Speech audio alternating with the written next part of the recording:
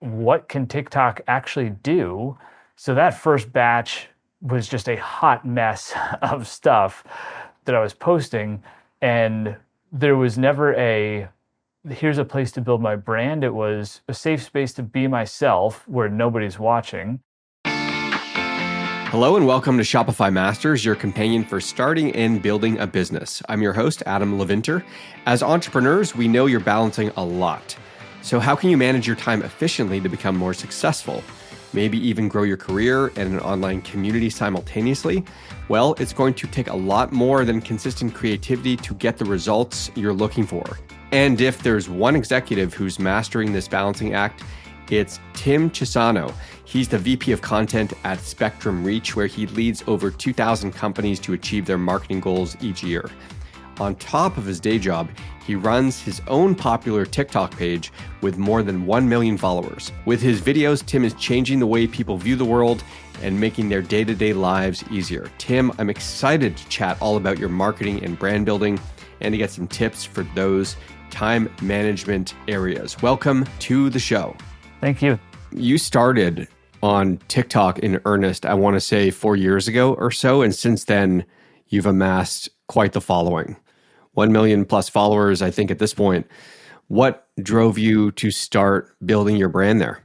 I was driven to experiment. I was driven to be in a position where I could just have fun creating.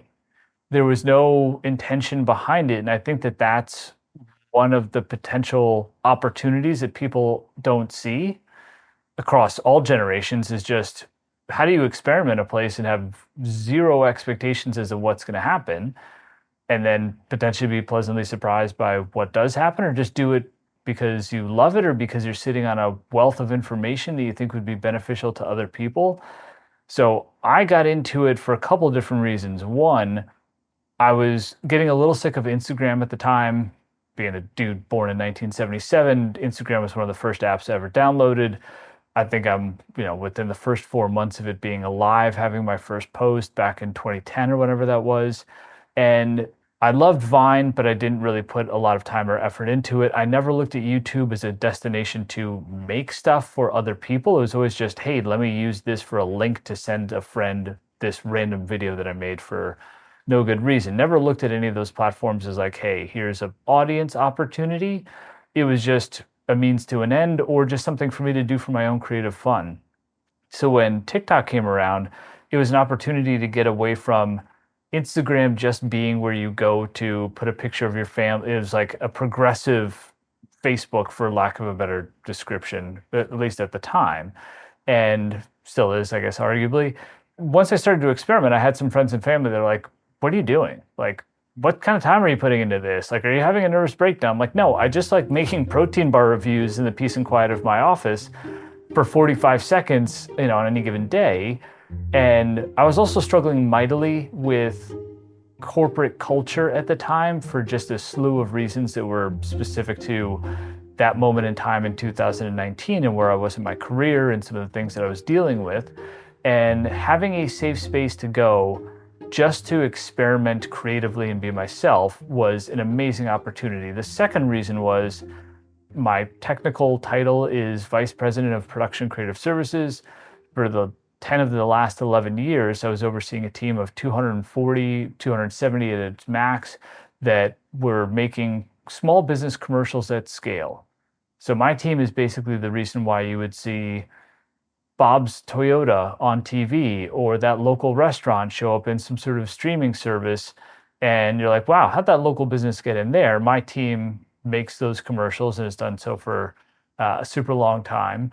So having knowledge of what the latest technology editing wise was makes a lot of sense if you've got that large of a team and you're thinking workflow and process and where's the world going? So I was like, what can TikTok actually do? So that first batch was just a hot mess of stuff that I was posting.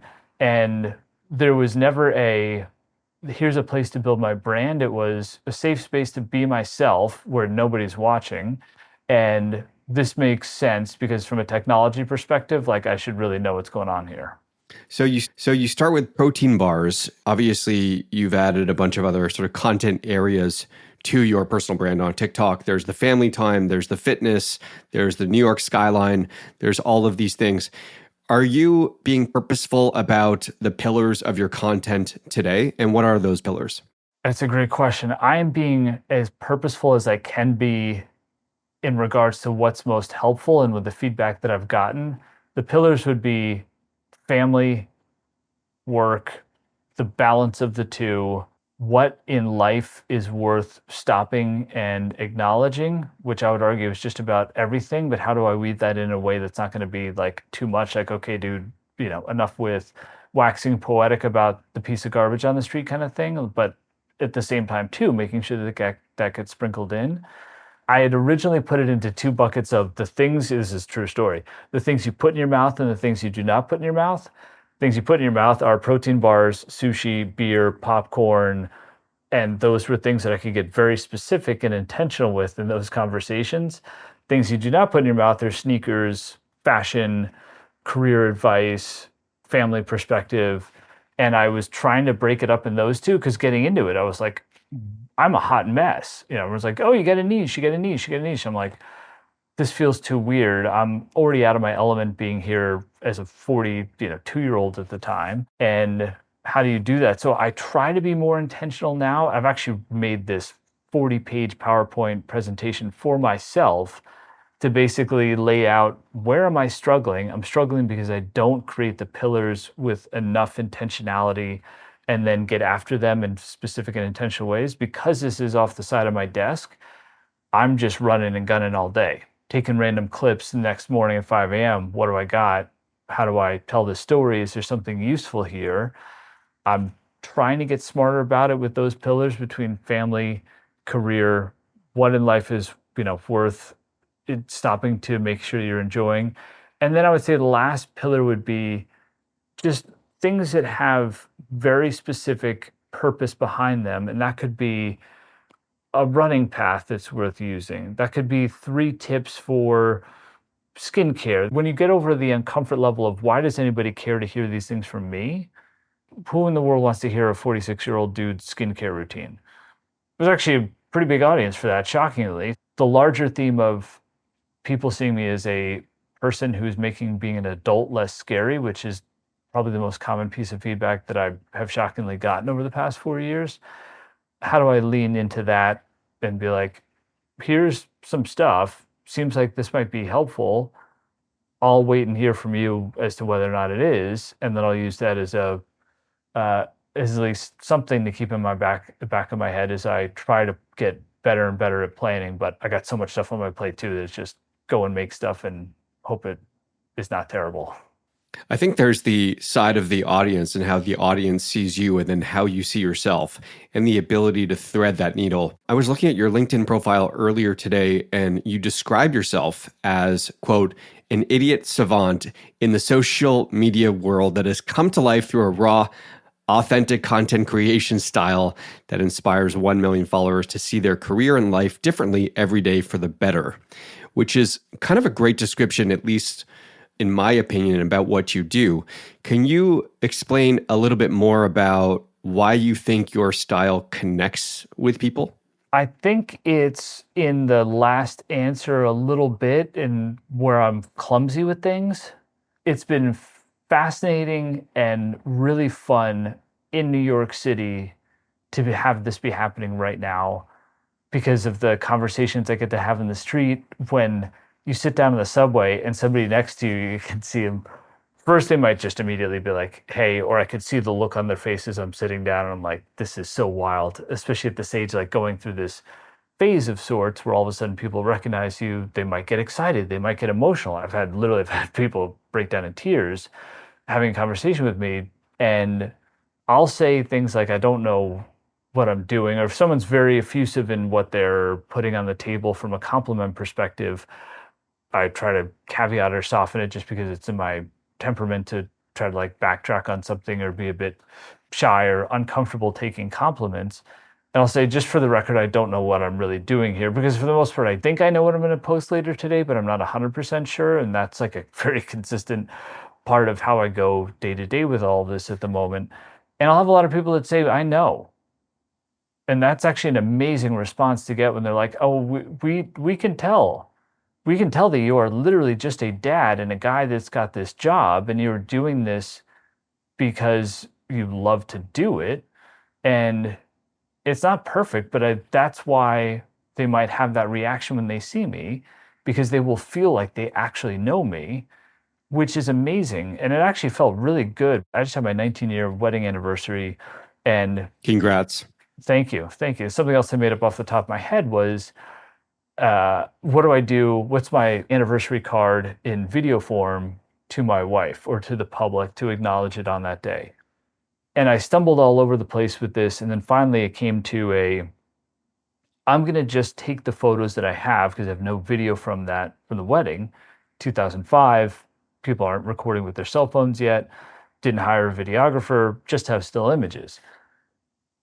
How do I take what I have and make somebody feel like they were there? And because of that connection that I've had with the audience, it actually made it really fun to be like, oh, wait a minute, this is actually going to explain a lot, especially for those that have been around for a while. So the answer to the kind of connective tissue, I think, is that they see that I'm, whether it's an idiot savant or however they would want to describe it, that I am doing this to the best of my ability with what I have, and I'm wearing my heart on my sleeve as I go through it.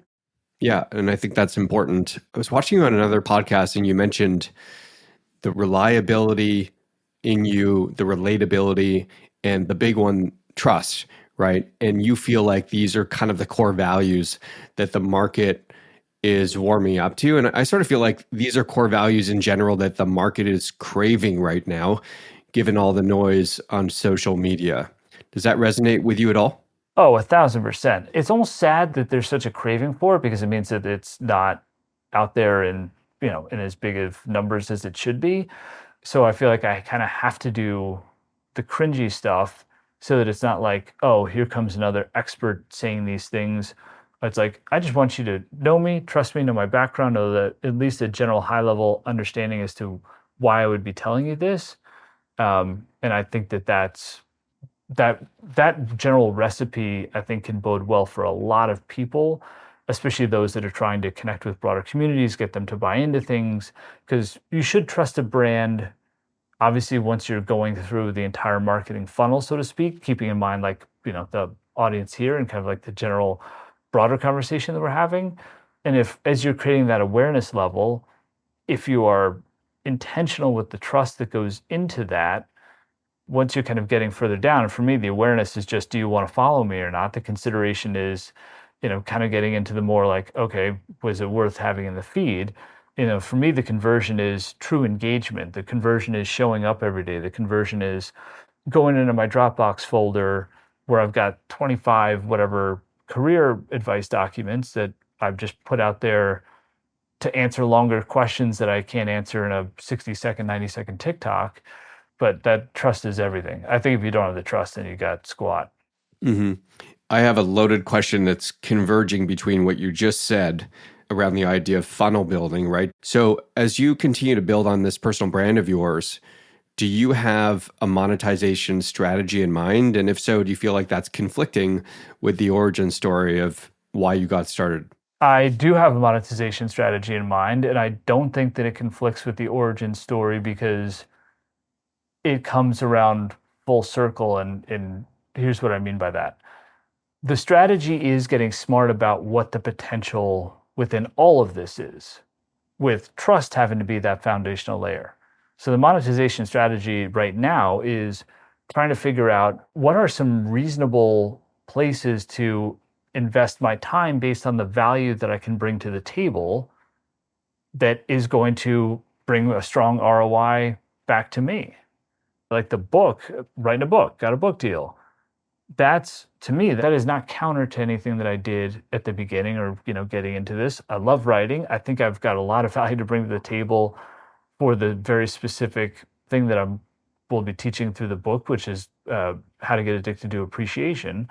But that's one piece, right? I wouldn't look at content as a single source revenue stream. Tim, it's going to be great to hear more about all of this and your marketing advice for business owners. But first, I want to take a moment to thank our listeners for tuning into the show. Wherever you're listening, be sure to follow or subscribe to Shopify Masters. Share this episode with a friend or fellow founder. You can also leave us your feedback by writing a review or commenting directly on this episode. Tim, so one of the questions I have in my head as I listen to you is this idea of success and continuing to build on your traditional career path. In addition to the sort of non-traditional career path, perhaps for many people, at least those of our generation, you and I, who are thinking about building something on the side, the way you're describing it. So the pillars of content or even book writing, what have you, these sort of creative endeavors. For you, how do you straddle both of these things? And as you continue to build on both, is there a point at which one becomes unsustainable? Yeah, there's definitely going to be. It's getting pretty close to that point. Like I've officially maxed out the hours that I can put into any given day. So hence, me trying to get smart about what's got the best ROI. Is broadly speaking, that is not just what is worth the money for me. It is what has the most ROI from a happiness perspective, from a value that I can put out into the world perspective. But it's kind of getting to that point where I have to pick and be more specific and intentional with these things. I can't make short form, make long form, do podcasts, write a book, and grow a career here. Like I need to get even more intentional with my time and then what comes of that. I would say the corporate side of things, it's not too dissimilar. It's about understanding what do I bring to the table here? Obviously, what's happening, especially at my level, like what's happening from a leadership perspective, what planning might be in place from a succession perspective, like some of those things to just have a broader understanding of where's my own growth potential within these walls.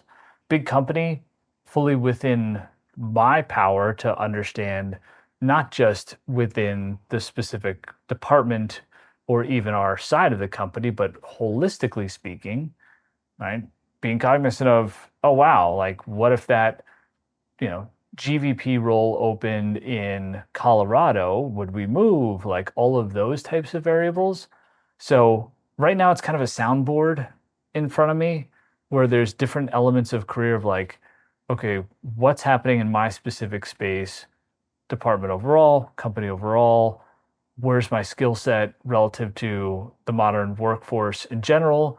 Is it better as a people leader? Is it better as a creative leader? What type of opportunities might that triangulate into?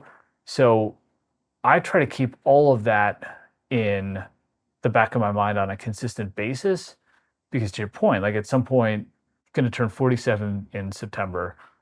I don't see it being realistic that this is the exact same way that it is come probably even 48 or 49, let alone 50.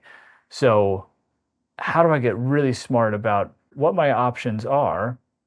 And quite candidly, is it better from a value perspective, even if I was going backwards from a monetary perspective? Is it better from a value perspective, knowing what I know sitting here and what I've accrued over the past 10, 11 years, just from this role, and because of the vantage point that it gives into the people management, relationship management, whose career is taking off, whose stumbles, all that kind of good stuff. It is very difficult to make a lot of that kind of content with the kind of intentionality that I would like to make it while I'm sitting behind this desk. Because I've tried super hard to not be in a position where I walk into a meeting the next day and someone's like, hey, great tips on dealing with a difficult coworker. Couldn't have been more obvious you were talking about so-and-so, like, right? Because those are things, if I'm like, hey, I just got out of this meeting and let me tell you 3 ways to avoid getting blah, blah, blah. And people are like, thanks, dude. You're basically using our day in and day out of being coworkers to, and that'd be far too easy. I mean, every day there would probably be like 3 things that I could make a TikTok out of, but I'm here to extrapolate as much insight and perspective as I can for myself and in broad ways that I can pass along. But then, to the question of balancing all of these things, I also have to be cognizant that the most value that I could bring to the table broadly and potentially for my family as well, may not be as a marketer. It may be as a I can create foundational elements that a lot of entry level employees would want to point to and be like, oh, that video series on X, Y, and Z is basically the reason why I survived my first year in corporate America, or I've got something I'm super excited about that I'm working with. There's a not for profit around raising awareness about the paper ceiling or what happens when you don't have a bachelor's degree and how that can trigger all kinds of things and make it more difficult to get in the door, grow your career, etc. Or at some point, I just have to be like, that was really fun to do all those things, but I'm just going to pull a JD Salinger and kind of disappear right now. And that has crossed my mind a lot. Like I've come to that last screen of delete account a lot of times, like, and on a pretty ongoing frequency that will pop into my head of like, just go back to your old world. So I try to juggle that on a daily basis and still crank out a piece of content that doesn't say all of that in it too. Well, let's double click on that. I mean, you said a lot, and I know how difficult it must be to find balance here. And you are a family man. You prioritize parenting. That's obvious. You've got side hobbies. You're doing a lot. And you've also got a pretty ambitious morning routine, which I believe starts at 4 a.m. So, tactically speaking, how do you think about structuring your day and also creating these barriers that allow you to continue to build on what you're creating? The perceived better that you get at time blocking, time management, how you're scheduling things out, you'll get to a point where like, cool, it's good now. Annoyingly, for me at least, it keeps getting to a point where it's like, oh man, I guess there is an opportunity not to like squeeze more things in, but have more intentionality behind it. So the time is what the time is. To your point, I wake up at 4, I go to bed somewhere between 9:30 and 10 most nights. I don't watch TV. I don't consume a lot of content. Probably if you're taking any 17, 18-hour day, like if we're talking real numbers, I'm probably spending 70-ish% of that time on work. I'm probably spending another 20% of that time on family, another 10% of the time on content and ancillary things. And that could shift, on any given day, depending on what the schedule may hold, but it's probably in that ballpark. And getting really specific, because that 4 a.m. to call it 6:15 when my wife has to go to work, or 7:30 on days where she doesn't, and I've got that time to get out the door.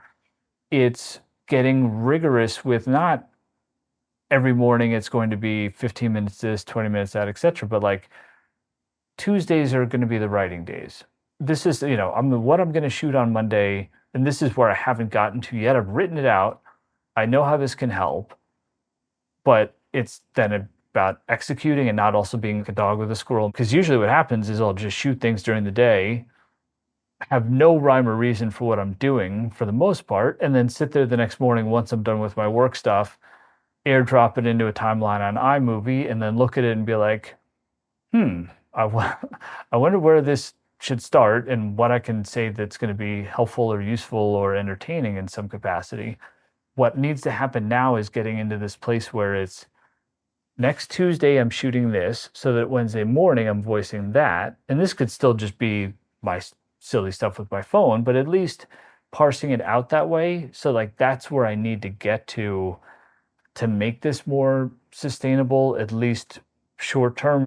I'm also thinking about the environment in which you're in. So the idea of spinning plates over the course of 17, 18-hour days, being in New York City where you are, I mean, you're not making life any easier in terms of pace. I mean, in the energy.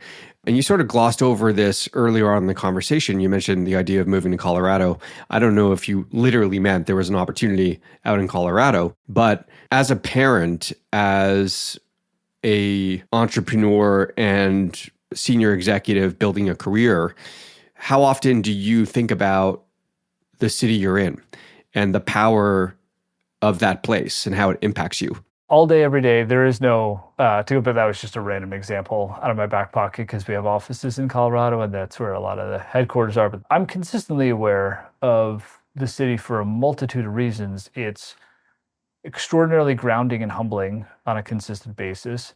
It allows for a tremendous amount of opportunity. And I would argue it's one of the easier places to spin plates to a certain extent. It's easier to get to things. There's everything in the planet is available. So if you have a random idea, or if I'm haven't done the best job of pre-planning something and I need to like go find a gift or like those types of things, makes it way easier. And I think that there's more in your control too. There's less of a potential variable of like, oh, I'm going to be stuck in a car in traffic and then therefore I'm like isolated and limited. One of my biggest variables every day is, will I get a seat on the subway, yes or no? And then that's an extra amount of time for me to use my laptop. Like that's a serious consideration for me from a time management perspective. It's all of those things then make me more comfortable. I know it would give a lot of other people a lot more anxiety, but it makes me more comfortable.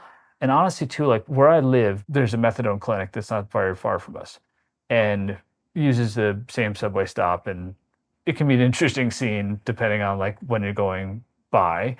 And but it's New York City, right? Like there's obviously like a stop in Midtown during rush hour is going to be different than a stop in my neighborhood or a lot of other residential places potentially. But having to see other circumstances in all walks of life, basically all day, every day, with the exception of when I'm sitting here, even going to walk to get lunch, especially on the commutes. So having a broader understanding as to how fortunate I am, regardless of how hard I work, how fortunate I am in the grand scheme of things to be sitting here, 40th floor, air conditioned space, etc.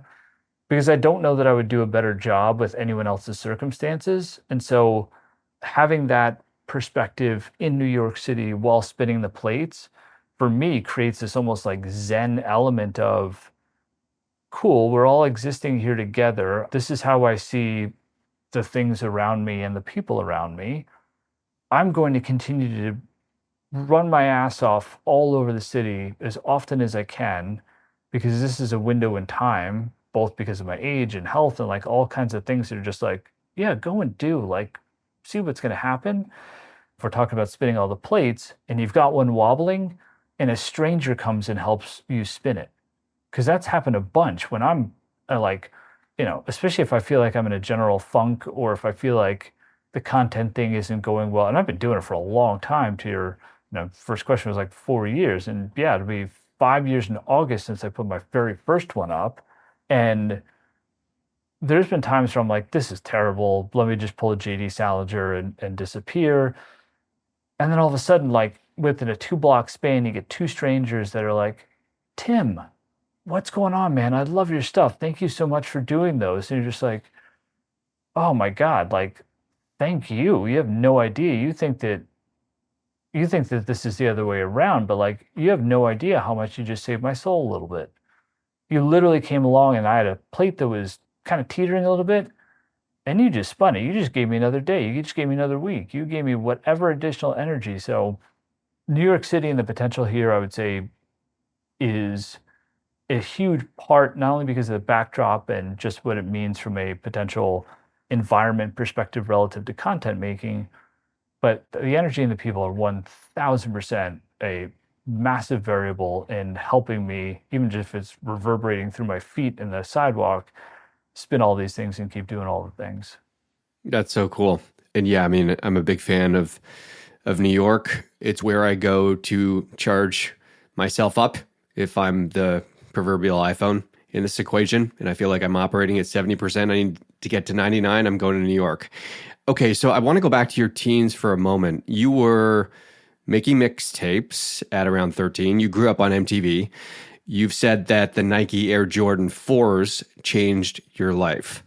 What do I need to understand here about how these early influences have shaped who you are today, both as a person and as a marketer? I love that. It's foundational.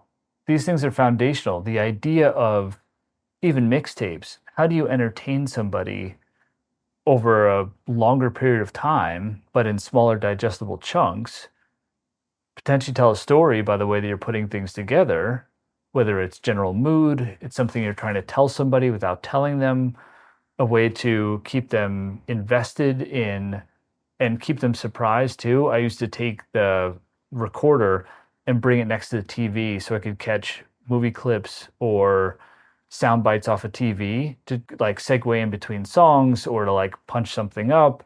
And that was always kind of fun where someone's like, oh, I totally didn't expect for that line. And back in the day, sometimes soundtracks, when they would get released, would include 10-second snippets of lines from the movie. And so I love this concept of really just kind of creating something for someone to enjoy, not just like, hey, here's a bunch of songs. I think you'll like them, but like what else is within that? Probably way deeper than I should have been thinking about it, but that's just where my brain went. The watching of MTV, especially during that era in like the mid 90s, is everything because that's visual stimulation that has without question then seeped into my perspective on pop culture in general, but also going into the stuff that I do. Still pulling ideas from old Nirvana videos or Biggie Smalls videos. Like there's all kinds of stuff that, and even ideas that are in the back of my mind of like, oh, I want to try to recreate that, or I love that scene from that thing. Like that would be interesting to try to bring to life. And the Air Jordan 4, that first visual connection, what is that thing? Like that, there's one shoe that's standing out like crazy on the shelf right now. What is that? Why does it have these wings? What's up with the mesh? The tongue is really big.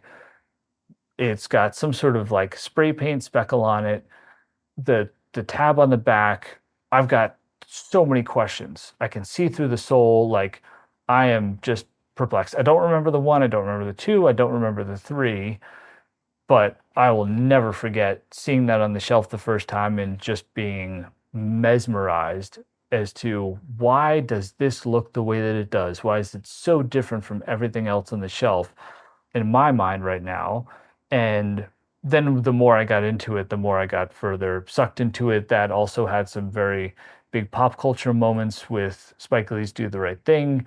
It was almost a character in that movie, I would argue.